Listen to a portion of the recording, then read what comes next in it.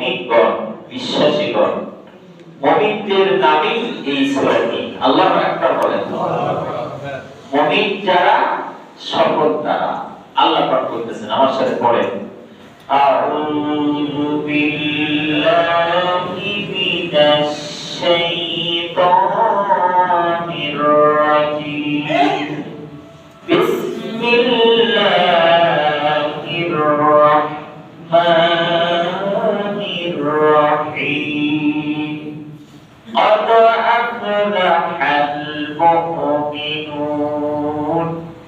الذين هم في صلاتهم خاشعون।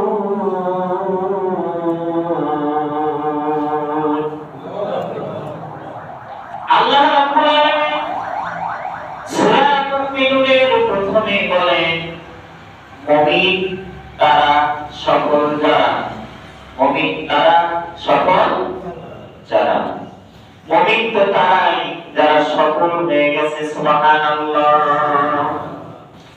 কারা মুমিন, কারা সফল?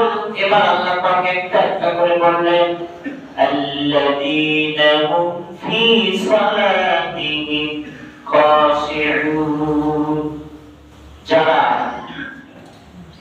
খুশু এবং হুজুর সাথে নামাজ আদায় করে, ধীরস্থিরতার সাথে সুন্দর করে নামাজ আদায় করে। এরা কি সফল, এবং এরাই সত্যিকারের মুমিন। সুবহানাল্লাহ।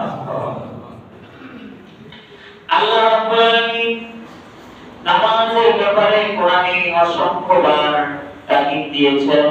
কিন্তু নামাজ পড়লেই হবে না, নামাজ পড়তে হবে খুশু হুজুর সাথে, ধীরস্থিরতার সাথে, সুন্দর করে। কার জন্য নামাজ পড়বে? তার মধ্যে আর অন্য কোনো দুনিয়াবি চিন্তা আসবে না। নামাজ পড়তে হবে কার জন্য? ইন্না সালাতি ওয়া নুসুকি ওয়া মাহইয়ায়া ওয়া মামাতি লিল্লাহি রাব্বিল আলামিন। নিশ্চয় আমার নামাজ, আমার কুরবানি, আমার হায়াত, আমার মওত কার জন্য? যদি বলেন আল্লাহ পাকের জন্য। লা দীনা ইল্লাল্লাহ সালাত লাহু, যার মধ্যে নামাজ নেই তার মধ্যে দ্বীন নেই। নামাজ পড়তে হবে আল্লাহর জন্য, আর এই নামাজকে প্রতিষ্ঠা করতে হবে পরিবারে, সমাজে কায়েম করতে হবে। নামাজ কায়েম করো, সালাত কায়েম করো, সালাত কায়েম করো, পরে সালাত কায়েম করো, সালাত কায়েম করো। হবে সম্মানিত তুমি, হবে জান্নাতি তুমি, হবে সম্মানিত তুমি, হবে জান্নাতি তুমি।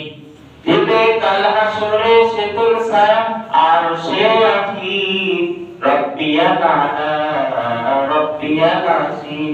বলে রব্বিয়াল আলা, রব্বিয়াল আসিম, রব্বিয়াল আলা, রব্বিয়াল আসিম। আল্লাহু আকবার। নামাজ কায়েম করতে হবে, প্রতিষ্ঠা করতে হবে। কায়েম মানে কি করা? দাঁড় করা, প্রতিষ্ঠা করা। আমি নামাজ পড়বো, আমার ছেলে মেয়ে পড়বে, আমার স্ত্রী পড়বে, আমার পরিবারে পড়বে। আর এই কায়েমটা সরাসরি রাষ্ট্র থেকে হওয়ার জন্য চেষ্টা করার দরকার আছে না নাই? বলে আছে। এই জন্য নামাজ প্রতিষ্ঠা শুধু আমি বলে যাব, আপনারা শুনেই যাবেন তা হবে না। নামাজ নিজে পড়তে হবে, পরিবার সমাজে যাতে কায়েম হয়। এজন্য বলেই যদি না হয়, এজন্য রাষ্ট্র থেকে এই নামাজের তাগিদ দিতে হবে। এজন্য রাষ্ট্র যে শাসক হবে তিনি ইসলামী শাসক হতে হবে। কি শাসক? যদি না থাকে সেই ইসলামী শাসক প্রতিষ্ঠার জন্য আমাদের ইমানি দায়িত্ব। আল্লাহু আকবার। তাহলে আমি বলছিলাম নামাজ খুশু হুজুর সাথে আদায় করবে, মুমিনের এক নম্বর কোয়ালিটি। হযরত আলী নামাজ কেমন করে খুশু হুজুরের সাথে আদায় করেছেন? হযরত আলী রাদিয়াল্লাহু তাআলা জিহাদের ময়দান জিহাদ করতে করতে একটা তীর তার পার ভিতরে ঢুকে গেল। এবার তীর বের করতে পারে না, সামলানোর চেষ্টা করেও বের করতে পারে না।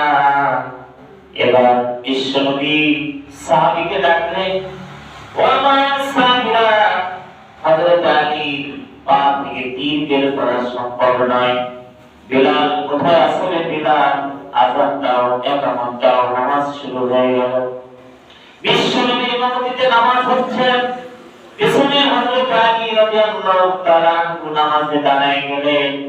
একজন সাহাবীকে বলে দিলেন, ও আমার সাহাবী, তোমার দায়িত্ব নামাজ যখন শুরু হয়ে যাবে, হযরত আলী তো নামাজে দাঁড়িয়ে যাবে, তুমি নামাজের কাতারের মধ্যে দিয়ে গিয়া হযরত আলীর পায়ে ঢুকে যাওয়া তীরটা বের করে ফেলবে। সুবহানাল্লাহ। নামাজ শেষ হওয়ার পরে হযরত আলী রাদিয়াল্লাহু তাআলা আনহুকে লক্ষ্য করে বললেন, ও আমার প্রিয় সাহাবী আলী, নামাজের মধ্যে যখন তোমার পায়ের মধ্যে থেকে তীর বের করা হলো, তুমি কি টের পেয়েছো? আল্লাহ রাসূলকে লক্ষ্য করে হযরত আলী বলেন, ইয়া রাসূলুল্লাহ, ইয়া হাবিবাল্লাহ, আমি বিন্দু পরিমাণ আমার পা থেকে কখন তীর বের করা হয়েছে আমি টের পাই নাই। সুবহানাল্লাহ। এই হলো নামাজে খুশু খুজু। এইভাবে নামাজ আদায় করতে হবে। তাহলে নামাজের মধ্যে দুনিয়াবি চিন্তা করা যাবে?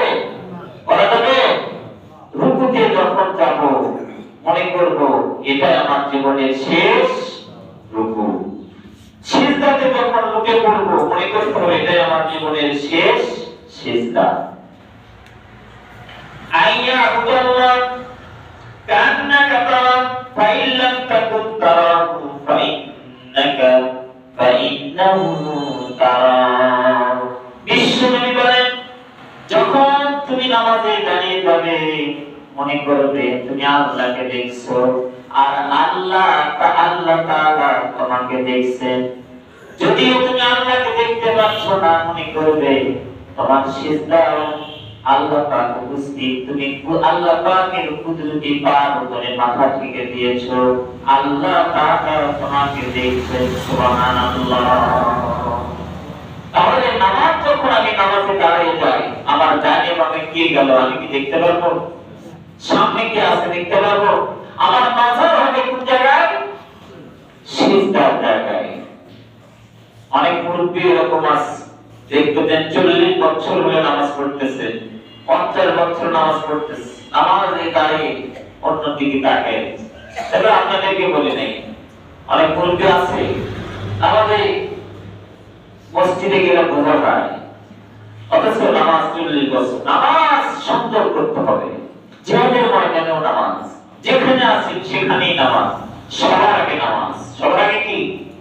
আপনি দান করেন, সাদকা করেন, হজ 40 বার করেন, 40,000 বার করেন, এরপরে সমাজের মধ্যে সবচেয়ে বেশি কল্যাণমূলক কাজ আপনি করেছেন, কিন্তু আপনার নামাজ ঠিক নাই, কাজ হবে?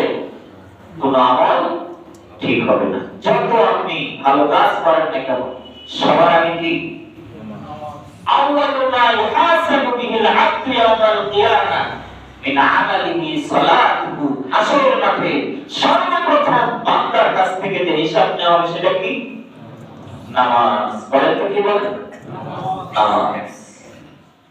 যার নামাজের হিসাব মিলে যাবে, যদি একটু ত্রুটি হয়ে যায় আল্লাহ পাক বলবে, ও আমার ফেরেশতা দেখো, সব নামাজের ফরজ হিসাব প্রথম হিসাব, এরপরে যাকাত, হজ, আর যদি ফরজ থাকে এরপর আরো যে হিসাব আছে সব একটার পর একটা নেওয়ার পরে আল্লাহ তাআলা দেখবে যে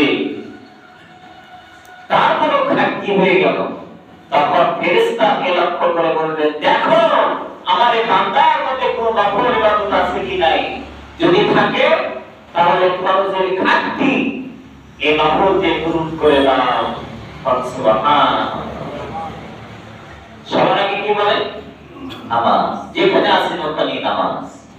আপনি ব্যবসা করেন, আগে নামাজ। আযান হয়েছে, সবার আগে কি? নামাজ। আল্লাহু আকবার শব্দ, এর অর্থ আমাকে বুঝতে হবে।